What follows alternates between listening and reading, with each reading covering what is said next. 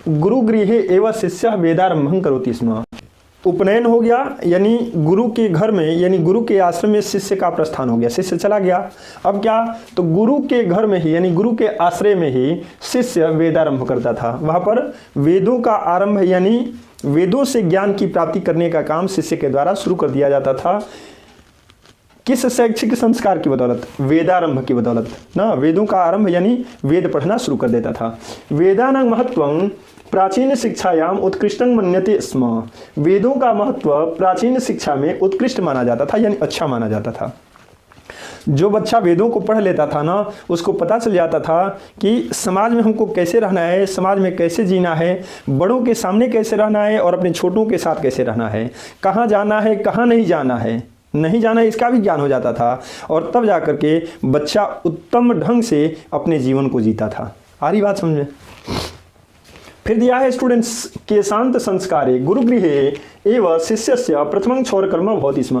केशांत संस्कारे, सीधे सीधे समझिए ना इसको। केशांत संस्कार, केश धन अंत, केश धन अंत यानी केशों का अंत ही केशांत है, ऐसे समझ में आ रहा है ना।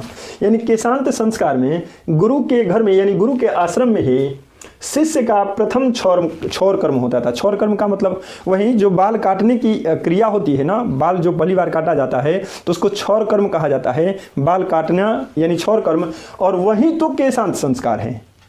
तो कहाँ होता था? गुरु के घर में ही, गुरु के आश्रम में ही ये सारा काम होता था। कौन कौन? उपनयन से शुरू हो गया। इसके पहले अक्षरारंभ जो था वह माता पिता के घर में शुरू हुआ, जिसमें बच्चा अक्षरों को लिखने का काम, अंकों को लिखने का काम करते था। उसके बाद से उपनयन हुआ। उपनयन में क्या हुआ? गुरुजी शिष्य को अपने आश्रम में लेते गए। उसके बाद वेदारंभ हुआ। वेदारंभ में क्या हुआ? तो बच्चा वेदों का अध्ययन करने लगा ना, वेदों का अध्ययन करने लगा। और वेदारंभ के बाद क्या हो? तो केशांत हुआ। केशांत में क्या? तो क्षौर कर्म करने का काम गुरु जी के घर में ही शिष्यों का कर दिया जाता था। यानी बाल पहली बार जो काटा जाता था ना, वह गुरु के घर में ही हो जाता था। आ रही बात समझे? आप देखिएगा, अत्र गोदानं मुख्यं कर्म, यहाँ गोदान मुख्य कर्म था। गोदान मतलब एक संकल्प होता था जिसमें शिष्य अपने आचार्य को, अपने गुरुदेव को वो संकल्प करता था कि मैं एक गाय आपको दान के रूप में दे रहा हूँ। गोदान संकल्प होता था। वही से दिया है कि यहाँ गोदान मुख्य कर्म था। अत्र यहाँ साहित्य ग्रंथेषु अस्य नामांतरं गोदान संस्कारो अपि लभ्यते। गोदान संस्कारः धन अपि, गोदान संस्कारः धन अपि करे कि अत्र यहाँ साहित्य ग्रंथेषु, साहित्य ग्रंथों में अस्य नामांतरं इसका दूसरा नाम गोदान संस्कारः अपि लभ्यते, गोदान संस्कार भी प्राप्त होता है। यानी जिसको हम लोग केशांत संस्कार कह रहे हैं ना, जिसको हम लोग केशांत संस्कार कह रहे हैं, चूंकि यहाँ का मुख्य कर्म गोदान था, इसलिए इसको साहित्य ग्रंथों में आप देखिएगा ना, साहित्य ग्रंथों को पढ़िएगा तो उसमें ऐसा प्राप्त होगा कि इसी केशांत संस्कार को गोदान संस्कार के नाम से भी जाना जाता है। समावर्तन संस्कारस्य उद्देश्यं, अब देखिए यहाँ पर बात टफ होगा आप लोगों के लिए, घबराएंगे नहीं, एकदम आसान हो जाएगा। कैसे? समावर्तन तो समझ में आ रहा है, संस्कार समझ में आ रहा है, तो संस्कार में स्य जोड़ दिए, संस्कारस्य। आप पढ़े हैं ना जी, षष्ठी व्यक्ति का रूप पढ़े होंगे आप लोग। बालकस्य, बालक्यो, बालका नाम, तो यहाँ पर संस्कारस्य हो गया। और य में से उ निकला, ओ है ना, तो इसको जब हम खंडित करेंगे, तोड़ेंगे, तो अ में उ जुड़ के उ हो जाता है। यानी अ इधर आ गया तो ये क्या बचा? उ, और देश्यंग है उद्देश्यंग। यानी समावर्तन संस्कारस्य उद्देश्यंग का जब संधि विच्छेद करेंगे तो ये हो जाएगा समावर्तन संस्कारस्य धन उद्देश्यंग। शिष्यस्य गुरुगृहात् गृहस्थ जीवने प्रवेश। अब देखिए कितना बढ़िया बात कर रहा है। कह रहे कि समावर्तन संस्कार का उद्देश्य था शिष्य का गुरु के घर से गृहस्थ जीवन में प्रवेश। बच्चा पठन पाठन करके आ गया ना, वेदारंभ कर लिया, वेदों को पढ़ लिया, गोदान कर्म कर लिया ना, किस में? केशांत संस्कार में। और उसके बाद से वह घर की तरफ आ गया। तो घर पर आएगा तो अब क्या होगा? पढ़ाई वढ़ाई तो हो गया, तो पढ़ाई के बाद आपका क्या होगा बताइए? अरे विवाह शादी, घर के लोग क्या, चलो विवाह शादी करके हटाओ भाई, निश्चिंत हो जाओ एकदम। तो जब विवाह शादी होगी ना, यानी आप गृहस्थ आश्रम में प्रवेश कर रहे हैं। आश्रम भी 4 प्रकार का मैंने बताया था ना। सबसे पहला ब्रह्मचर्य आश्रम, फिर गृहस्थ आश्रम, फिर वानप्रस्थ आश्रम, और तब संन्यास आश्रम। तो अभी तक जो कर रहे थे गुरु जी के घर तक, वो क्या था? वो ब्रह्मचर्य आश्रम में था। अब ब्रह्मचर्य आश्रम से अब कहाँ पर आ गए? तो गृहस्थ आश्रम में। उसी चीज को दिया हुआ स्टूडेंट्स कि समावर्तन संस्कार का उद्देश्य था शिष्य का गुरु के घर से यानी गुरु के आश्रम से गृहस्थ जीवन में प्रवेश करना। यानी जब पठन पाठन हो गया, पठन पाठन करने के बाद जब आप गृहस्थ जीवन में प्रवेश करते हैं तो उस स्थिति में कहा जाता है कि आपका समावर्तन संस्कार हो रहा है। इसी को क्या कहते हैं, समावर्तन संस्कार। आ रही बात समझ में? देखिए कितना मजेदार है। अक्षरों को पढ़े, अंकों को लिखना आपने शुरू किया, वो अक्षरारंभ था। गुरु के घर गए, उपनयन था। वेद आरंभ कर दिए, वेद पढ़ना शुरू कर दिए, ये तीसरा था। वेद पढ़ लिए तो उसके बाद केशांत संस्कार यानी आपका क्षौर कर्म हुआ, उसमें गोदान आपने कर दिया जिसको गोदान संस्कार के नाम से जानते हैं, ये चौथा कर्म हो गया। और उसके बाद से अब आप पठन पाठन क्लियर करके पूर्ण करके आप लौट रहे हैं किस में, गृहस्थ जीवन में, तो यह पांचवा हो गया यानी समावर्तन संस्कार। और यही तो शैक्षिक संस्कार है। आप देखिएगा, शिक्षावसाने गुरु शिष्यान उपदेश्य गृहं प्रेषति, दिया है शिक्षावसाने यानी शिक्षा के अंत में, शिक्षा की समाप्ति पर गुरु शिष्यों को उपदेश देकर, उपदेशित करके क्या करते थे, घर प्रेषति नहीं भेजते थे ना। शिक्षा की समाप्ति पर, शिक्षा के अंत होने पर यानी जो पठन पाठन का कार्य था उसकी समाप्ति पर, शिक्षा की समाप्ति पर गुरु शिष्यों को उपदेश देकर घर क्या करते थे, भेजते थे। उपदेशेषु प्रायेण जीवनस्य धर्मः प्रतिपाद्यन्ते, उपदेशों में प्रायः जीवन के धर्म को प्रतिपादित किया जाता था, जीवन के धर्मों के बारे में बताया जाता था, जो उनके द्वारा उपदेश दिया जाता था। तो क्या कहा जाता था, तो कहा जाता था यथा जैसे सत्यं वद, सत्य बोलो, सत्य बोलो, धर्मं चर, धर्म का आचरण करो, कभी भी अधर्म के रास्ते पर मत चलो, कभी भी झूठ मत बोल दिया करो। वैसी परिस्थिति हो, विषम परिस्थिति, प्रतिकूल परिस्थिति, तो ठीक है आपने कभी एक बार असत्य बोल दिया, लेकिन हाँ ध्यान है, असत्य बोल दिया का मतलब कभी नहीं, वैसी परिस्थिति आए तो, लेकिन हमेशा क्या करें, सत्यं वद, ये शास्त्र कहता है, हमेशा क्या करो, सत्य बोलो। धर्मं चर, धर्म का आचरण करो। स्वाध्यायान माँ, अब देखिए यहाँ पर फिर फंस जाइएगा आप लोग, ये न का न तो हो जाएगा, स्वाध्यायात, स्वाध्यायात माँ, यानी स्वाध्याय से कभी भी उद्विग्न मत हो, कभी भी बेचैन मत हो, परेशान मत हो, यानी खूब स्वाध्याय करना चाहिए। क्या क्या करना चाहिए, सत्य बोलना चाहिए, धर्म का आचरण करना चाहिए, और स्वाध्याय से कभी भी उद्विग्न नहीं होना है, परेशान नहीं होना है, बेचैन नहीं होना है, यानी हमेशा स्वाध्याय करना है। स्टूडेंट्स, आपको भी यह आदत पकड़नी होगी, स्वाध्याय को तो एकदम अपनाना होगा। शिक्षक ने पढ़ा दिया बस उतना पर आपको नहीं रहना, कितना बढ़िया से एक एक शब्द को बताया गया, फिर आपको एक बार उठाना है, भाई क्या क्या सर बताए थे, सारे संस्कारों को एक जगह पर आपने कॉपी पर नोट कर लिया, सभी प्रकारों को आपने नोट किया, उन प्रकारों में कौन कौन से संस्कार आते हैं, कौन सा पहला संस्कार है, दूसरा कौन सा है, तीसरा कौन सा है, पहला प्रकार कौन सा है, दूसरा, तीसरा, चौथा, पांच, ऐसे करके सिस्टमेटिक जब आप बनाएंगे ना, अपने से अध्ययन करेंगे, लगातार पढ़ेंगे, आपका भला हो जाएगा। हरी बात सुनिए, अभी और है, देखेंगे आगे।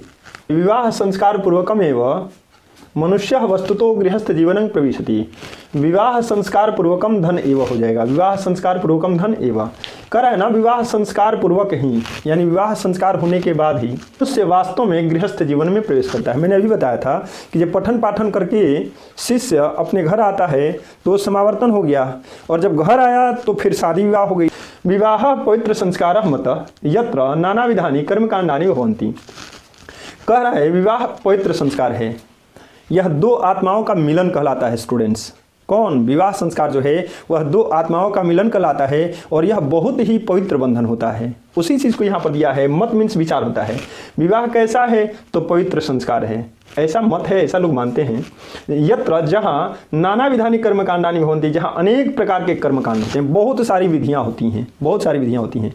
और मैं तो विवाह कराया हुआ हूँ ना, तो ध्यान दीजिएगा, मैं कुछ चीज़ों पर आपको ध्यान दिलाऊंगा और उन शब्दों का अर्थ बढ़िया से समझाता हुआ चलूंगा आपको। करे तेसु उन सब में वाग्दानम मंडप निर्माणम वधुगृहे वरपक्ष से स्वागतम, फिर दिया है वरवधो परस्परं निरीक्षणं कन्यादानम अग्निस्थापनम पाणिग्रहणम लाजा होम सप्तपदी सिंदूरदानम इत्यादि। इतना तक एक ही वाक्य है। देखिएगा, तेसु वाग्दानम, उनमें वचन देना, वाणी का दान, उसमें जब हम लोग विवाह कराते हैं ना, या जो भी ब्राह्मण कराते हैं, तो आप देखिएगा उसमें कुछ वचन दिए जाते हैं। कुछ वचन होते हैं वर का वधू के लिए, और कुछ वचन होते हैं वधू का वर के लिए। आ रही बात समझ में? सबसे पहले वधू जो है वह वर को 7 वचन देती है, कहती है कि आपको यही मानना होगा, तब मैं आपके साथ आने को तैयार हूँ, तब मैं आपके बाएं भाग में बैठने को तैयार हूँ।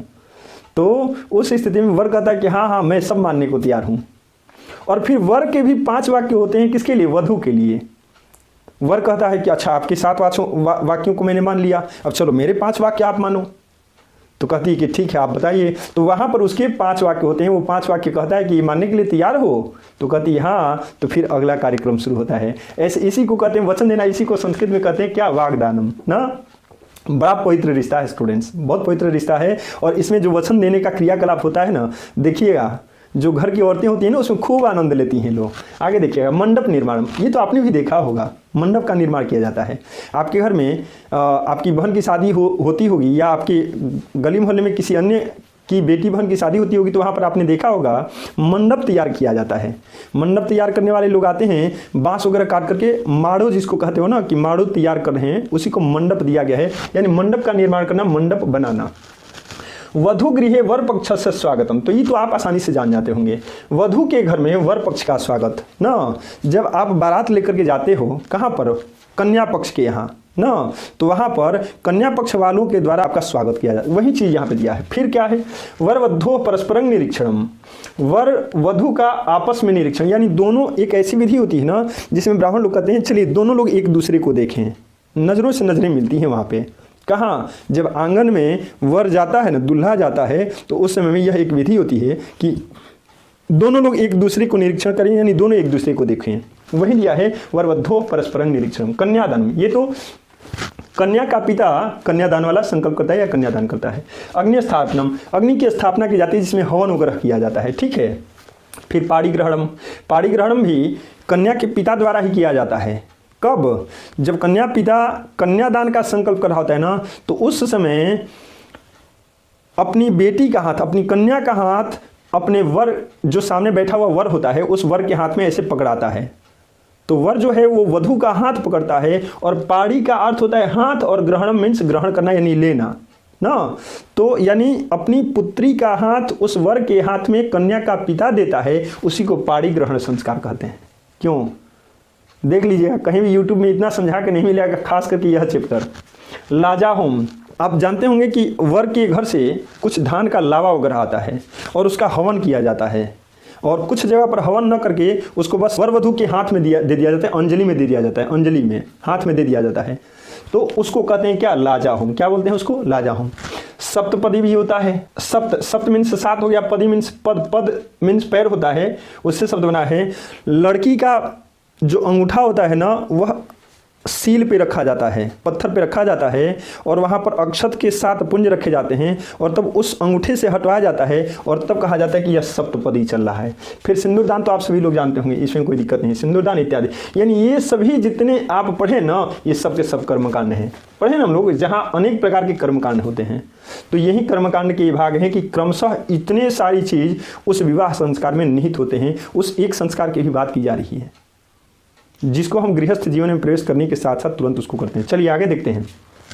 दिया है सर्वत्र समान रूपेण विवाह संस्कार से प्रायेण आयोजन होती, करे कि सब जगह समान रूप से विवाह संस्कार प्रायः आयोजित होते हैं। यानी विवाह संस्कार जो होते हैं वो लगभग हर जगह पर एक ही उद्देश्य से किया जाता है, एक ही तरह से किया जाता है, ऐसा बुक में दिया गया। थोड़ा बहुत अंतर तो हो ही जाता है, लेकिन पुस्तक जो होता है वह सेम होता है। अलग बात है कि परंपरा के अनुसार थोड़ा बहुत अंतर होता है, जो बुक में नहीं दिया गया। बुक में दिया गया कि सब जगह पर एक ही हिसाब से विवाह संस्कार का आयोजन होता है। चलिए आगे देखते हैं। तदनंतरं, उसके बाद गर्भाधान आदि संस्कारा पुनरावर्तन्ते, जीवन पुनः आवर्तित होते हैं, यानी फिर से प्रारंभ होते हैं, और जीवन चक्र घूमता है, जीवन चक्र चलते रहता है। अभी तक हमने क्या देखा कि एक लड़का है जो अपनी माँ के गर्भ में है, वह बाहर आया, जन्म लिया तो शैशव संस्कार हुआ। शैशव संस्कार के बाद गुरु के घर जाता है, तो उस समय कौन सा संस्कार होता है, शैक्षणिक संस्कार होता है। शैक्षणिक संस्कार के बाद गृहस्थ जीवन में प्रवेश किया तो कौन सा संस्कार, विवाह संस्कार। और फिर जब पति पत्नी साथ हुए तो फिर से बच्चे को जन्म देना है, यानी गर्भाधान फिर से शुरू हो रहा है। यानी यही तो जीवन का चक्र है, और ऐसे ही जीवन रूपी पहिया घूम रहा है। वही कह रहा है कि जीवन चक्रं च भ्रमति, और इसी प्रकार जीवन का पहिया घूम रहा है, जीवन रूपी चक्का चल रहा है। ठीक है। मरणाद अनंतरं, मरणात अनंतरं यानी मरने के बाद अंत्येष्टि संस्कार अनुष्ठिते, अंत्येष्टि संस्कार किया जाता है, अंत्येष्टि संस्कार का अनुष्ठान होता है। इसमें जब व्यक्ति मर गया, यानी व्यक्ति के शरीर से आत्मा निकल गई, तब उस शव को उठाया जाता है और गंगा तट पर ले जाकर के उस शव को जला दिया जाता है। उसी को कहते हैं अंत्येष्टि संस्कार, जो बिल्कुल अंतिम संस्कार होता है। सारी बात सुनिए। एवं इस प्रकार भारतीय जीवन दर्शनस्य महत्वपूर्णम उपादानं संस्कारः इति। इस प्रकार भारतीय जीवन दर्शन का महत्वपूर्ण अंग, उपादान मीन्स अंग, इस प्रकार भारतीय जीवन दर्शन का महत्वपूर्ण अंग संस्कार है। बात आई समझ में?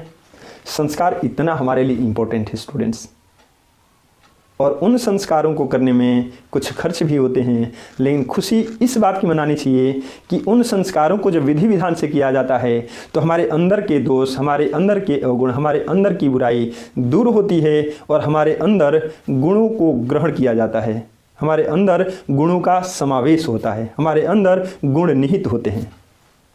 इसलिए हमारे जीवन में संस्कार का होना बिल्कुल जरूरी है, और यदि आप संस्कृत पढ़ते हैं तब तो आपके लिए और ज़रूरी हो जाता है। तब यह और ज़रूरी हो जाता है कि हम संस्कारी बने और अपने भारत की संस्कृति की रक्षा करें। इन्हीं चंद शब्दों के साथ मैं अपनी वाणी को विराम दूंगा। इसी के साथ लेता हूँ विदा। दीजिए अनुमति। बाय दोस्तों।